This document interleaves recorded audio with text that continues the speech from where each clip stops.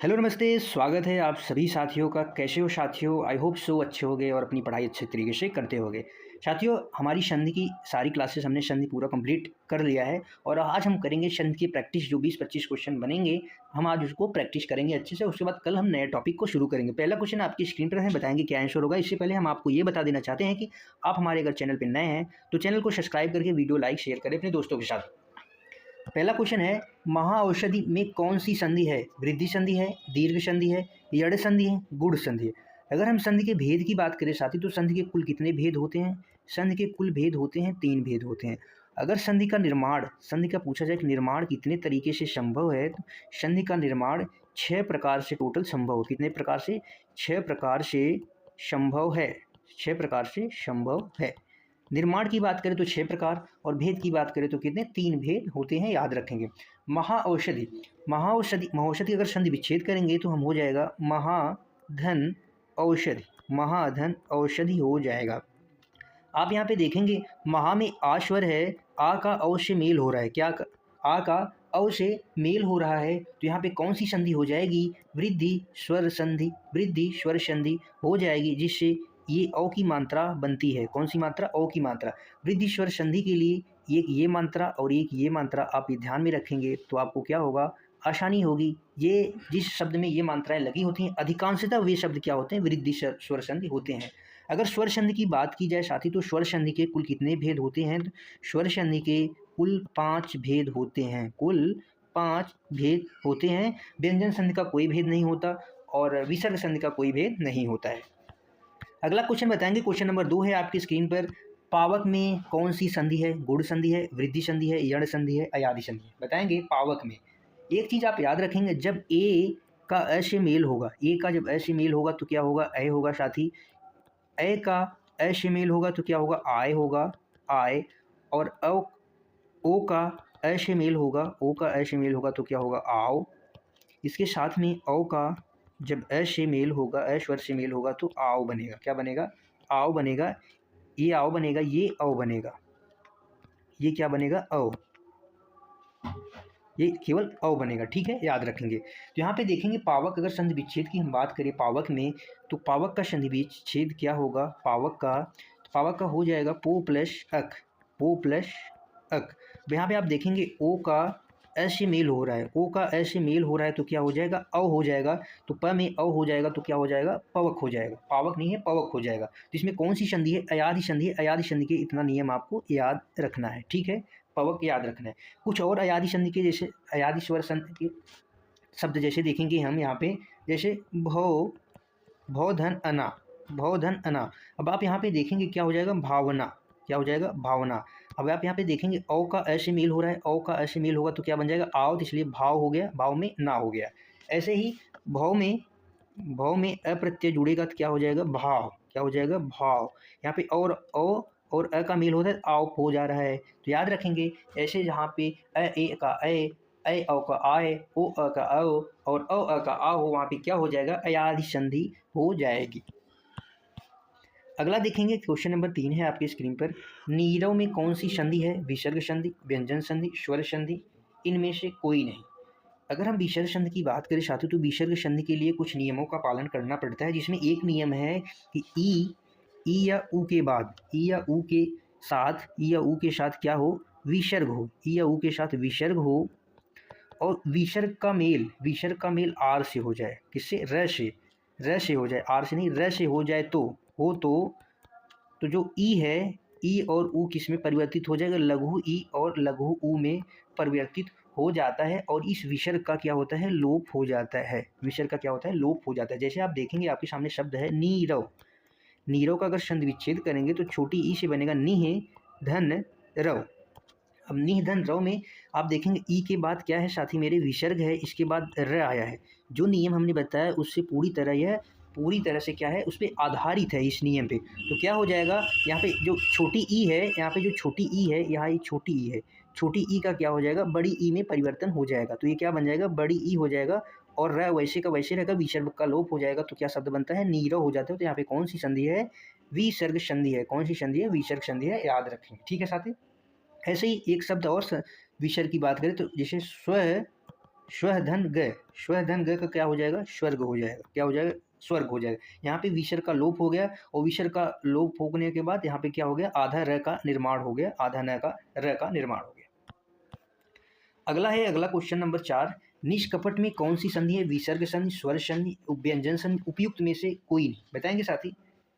विसर्ग संधि के पिछले क्वेश्चन में बात की कि इसके लिए कुछ नियमों का पालन करना पड़ता है। एक नियम हमने वहाँ पे समझा, दूसरा नियम क्या कहता है, ई या ऊ के बाद, ई या ऊ के साथ, ई या ऊ के साथ विसर्ग, विसर्ग और विसर्ग का इनका मेल किससे हो, क से हो, ट से हो, प फ से हो, प फ से हो, ठ से हो, तो क्या होता है, जब इनसे मेल हो जाए तो क्या होता है, विसर्ग के स्थान पे आधा श हो जाता है, आधा श छटकोड़ वाला जो होता है वो क्या हो जाता है, तो आधा ये क्या होता है, आधा श, ये वाला श आधा क्या होता है, निर्माण होता है, इस वाले आधा श का निर्माण होता है।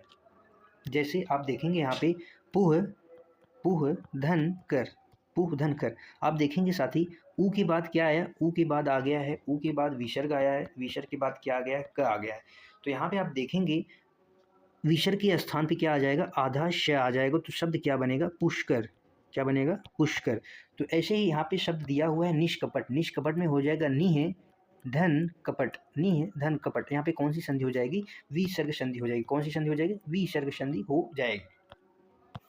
अगला बताएंगे क्वेश्चन नंबर 5 है आपकी स्क्रीन पर, क्या कहता है क्वेश्चन नंबर 5, सप्त ऋषि में संधि है, स्वर संधि है, व्यंजन संधि है, विसर्ग संधि है, इनमें से कोई नहीं, बताएंगे। सप्त ऋषि की बात करें तो यह है कौन सी संधि है, स्वर संधि है। सप्त ऋषि का संधि विच्छेद अगर हम करें तो सप्त धन ऋषि, सप्त धन ऋषि। आप यहाँ पे देखेंगे त में अ की ध्वनि, अ का मेल ऋ से हो रहा है, अ का जब ऋ से मेल होता है तो क्या बनता है, अर बनता है। और इसमें कौन सी संधि है, गुड़ स्वर संधि है, कौन सी संधि है, गुड़ स्वर संधि है।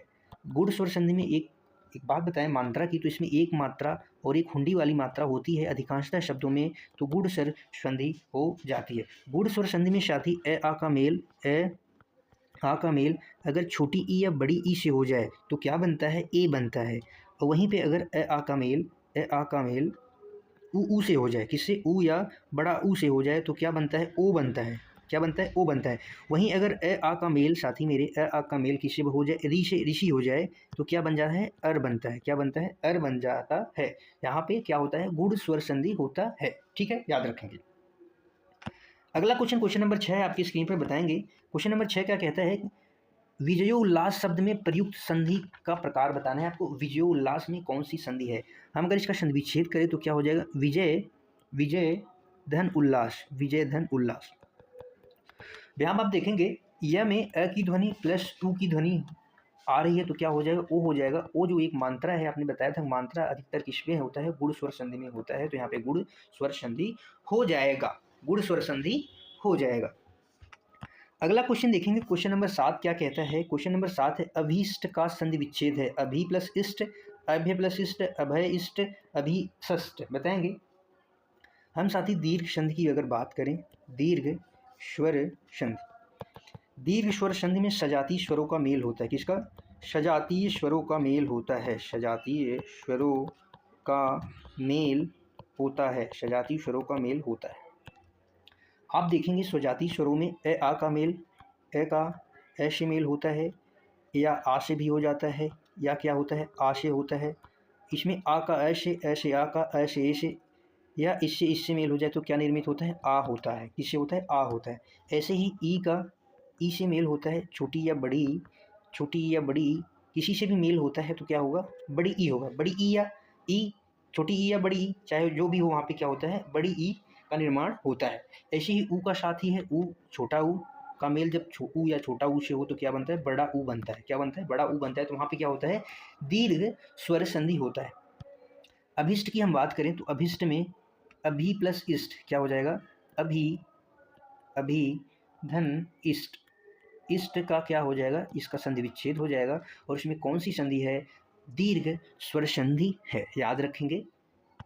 अगला बताएंगे क्वेश्चन नंबर 8 क्या कहता है, क्वेश्चन नंबर 8 है महिष का संधि विच्छेद क्या होगा।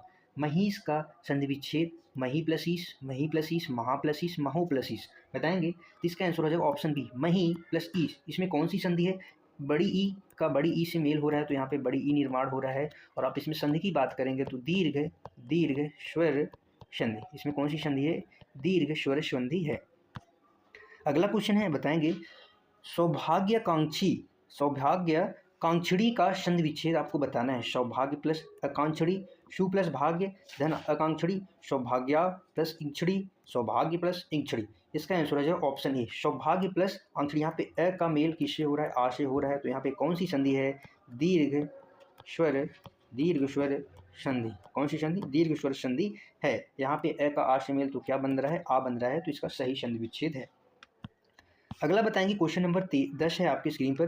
प्रेक्षक का संधि विच्छेद क्या होगा? प्र प्लस इच्छक, प्र प्लस इच्छक, प्रा प्लस इच्छक, प्रे प्लस इच्छक। हम यहाँ पे बात करें तो क्या शब्द है? इच्छक शब्द है। कौन सा शब्द है? इच्छक शब्द है। तो यहाँ पे क्या हो जाएगा? ऑप्शन बी, प्र प्लस इच्छक। यहाँ पे अ का मेल किससे हो रहा है? ई से हो रहा है। अ का मेल ई से हो रहा है, और यहाँ पे आप साथ ही देखेंगे एक मात्रा का निर्माण हो रहा है, जो ए की मात्रा होती है। तो यहाँ पे कौन सी संधि हो जाएगी? गुड़ स्वर संधि। गुड़ स्वर संधि हो जाएगी, याद रखेंगे। अगला बताएंगे क्वेश्चन नंबर 11 है। क्वेश्चन नंबर 11 में यथेच्छया का संधि विच्छेद आपको बताना है। यथेश प्लस छया, यथा प्लस इच्छा, अर्थ प्लस इच्छया, यथा प्लस इच्छा। बताएंगे क्या होगा इसका संधि विच्छेद। इसके संधि विच्छेद की बात करें तो ऑप्शन डी जो है राइट हो जाएगा। यथा प्लस इच्छया, इच्छया यहाँ पे है तो यथा प्लस इच्छा हो जाएगा। आ का ई से मेल हो रहा है, आ का ई से मेल हो रहा है, तो यहाँ पे कौन सी संधि है? गुड़ संधि है। गुड़ संधि, गुड़ स्वर संधि है। यहाँ पे एक ही मात्रा है। ओके साथी, अगला क्वेश्चन देखेंगे। क्वेश्चन नंबर 12 आपकी स्क्रीन पर है। अभ्यर्पित का संधि विच्छेद आपको बताना है। अभ्यर्पित का संधि विच्छेद क्या है? हम अगर यड़ संधि की बात करें, यड़ स्वर संधि, यड़ स्वर संधि, तो साथी मेरे यड़ स्वर संधि से पहले इसमें क्या होता है? य व र, य व र होता है, और इसमें इसके पहले क्या होता है? आधा अक्षर आता है। कौन सा अक्षर आता है? आधा अक्षर आता है। संधि करते वक्त, संधि विच्छेद करते वक्त यह आधा अक्षर क्या करता है? पूर्ण रूप ले लेता है। क्या करता है? पूर्ण रूप अपना ले लेता है, और यह के स्थान पर छोटी ई या बड़ी ई, व के स्थान पर छोटा ऊ या बड़ा ऊ, और र के स्थान पे क्या साथी आ जाता है? री आ जाता है। क्या आता है? री आ जाता है। र के स्थान क्या आता है? री आता है, और इन सब का क्या होता है? नाश हो जाता है। ये सब दिखाई नहीं देते हैं। जैसे आप देखेंगे आपके सामने शब्द है अभ्यर्पित। अभ्यर्पित का संधि विच्छेद करेंगे तो क्या हो जाएगा? अभी प्लस अर्पित, अभी प्लस अर्पित। आप यहाँ पे देखेंगे ई का मेल, ई क्या हो रहा है? ई ये हो रहा है, ई ये हो रहा है, तो इसका संधि विच्छेद हो जाएगा ऑप्शन सी, अभ्यर्पित।